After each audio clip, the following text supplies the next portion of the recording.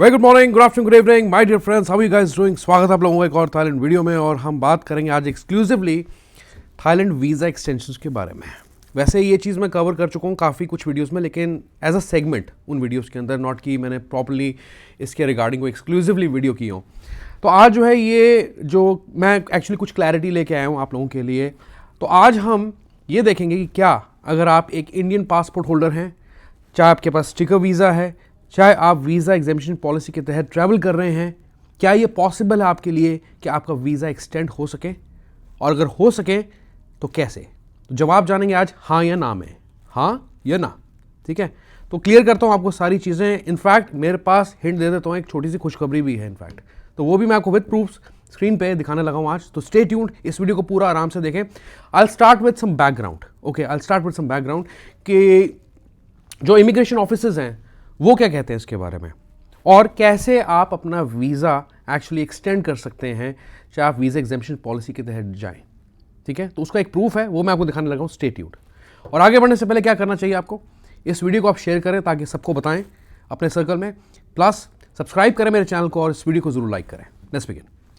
तो सबसे पहले हम बात करेंगे बैकग्राउंड से, एक्सटेंशन टूरिज्म। ठीक है, आप स्क्रीन पे देखते जाएं इसे, मैं इसको पढ़ के थोड़ा सा बताना, सारा पढ़ने की जरूरत नहीं है, टाइम वेस्ट नहीं करना। लेकिन ये जो आर्टिकल है ये पोस्ट किया है इमिग्रेशन ऑफिस ने, ये है 5 अप्रैल 2023 का। ठीक है, इस साल का, मिड ऑफ दिस ईयर।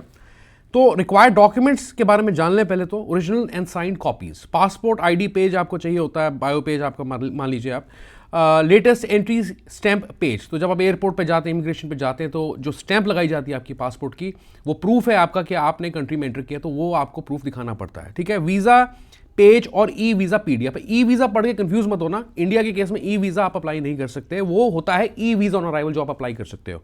ठीक है, ये फॉरनर्स की बात हो रही है because this is a general document. अब related document TM6 departure card if issued on entry, ठीक है, या TM30 रिसीट मे और मे नॉट बी रिक्वायर्ड, इसमें ये दिया हुआ है।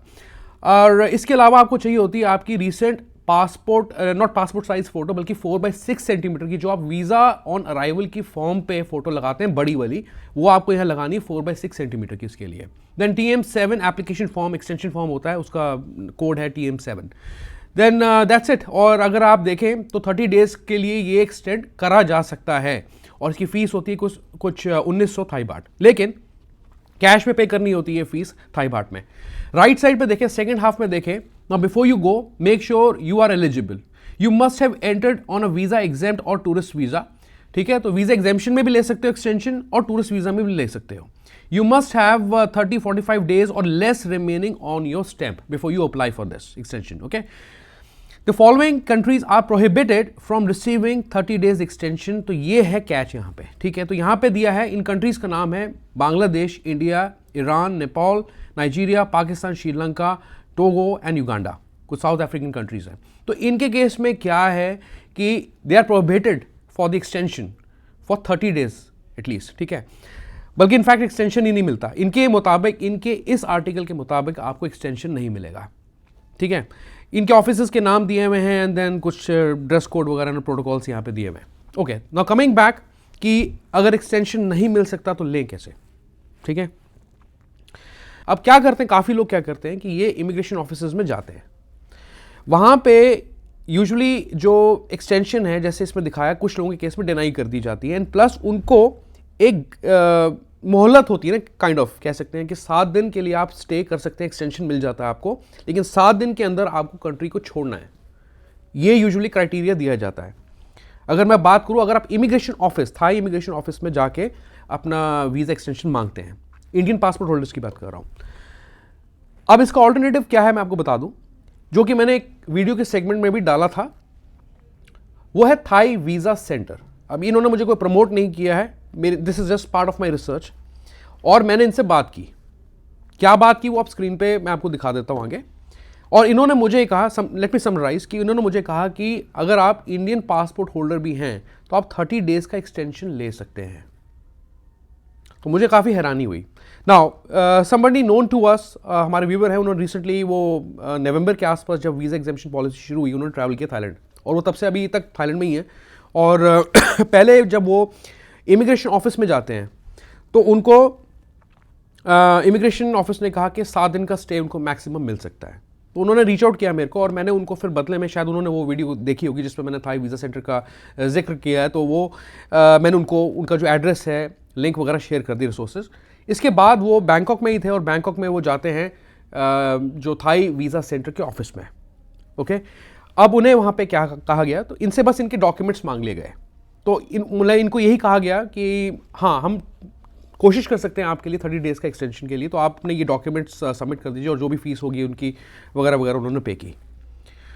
तो कुछ ही दिनों के अंदर, with in a weeks time, इनको उसका रिजल्ट मिल गया कि इनको 30 डेज़ का एक्सटेंशन मिल गया है being an Indian passport holder.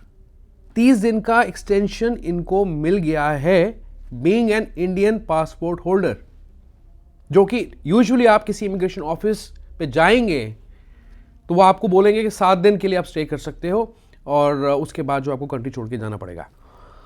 तो ये एक अच्छी खबर है। अब विद प्रूफ्स हम स्क्रीन पे देखने जा रहे हैं कि ये सारी कॉन्वर्सेशन क्या है और इससे आपको क्या बेनिफिट हो सकता है। तो आप ट्राई कर सकते हैं, अगर आप थाईलैंड में हैं और आप एक्सटेंड करना चाहते हैं स्टे, खासकर जो लोग वीज़ा रन के चक्करों में पड़ते हैं या थाईलैंड छोड़ के वापस एंटर करते हैं थाईलैंड में, जो भी आप कहना चाहते हैं, तो उनके लिए थोड़ा ये बेनिफिशियल हो सकता है। लेकिन आपके डॉक्यूमेंट्स, आपके जो रीजंस हैं वो जेन्युइन होने चाहिए। ओके, तो चलिए फटाफट से देखते हैं। तो पहले मैं आपको दिखाता हूं कि थाई वीज़ा सेंटर ने मेरे से क्या बात की। तो स्क्रीन पे देखें, मेरा सवाल था इनको कि hi there, good afternoon, I have a question if Indians can get visa extension for 30 days under the visa exemption program. So if I plan to stay for additional 30 days, I'm reading this document. It says that people from Indian or other South Asian countries are prohibited from getting 30 days extensions.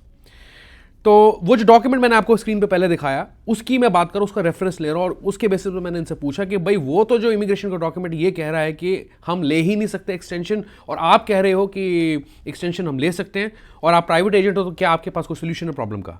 ठीक है। इसके बाद बदले में ये मुझे लिखते हैं, if you enter Thailand from November 10th 2023 to May 10th 2024 you can get another 30 day extension.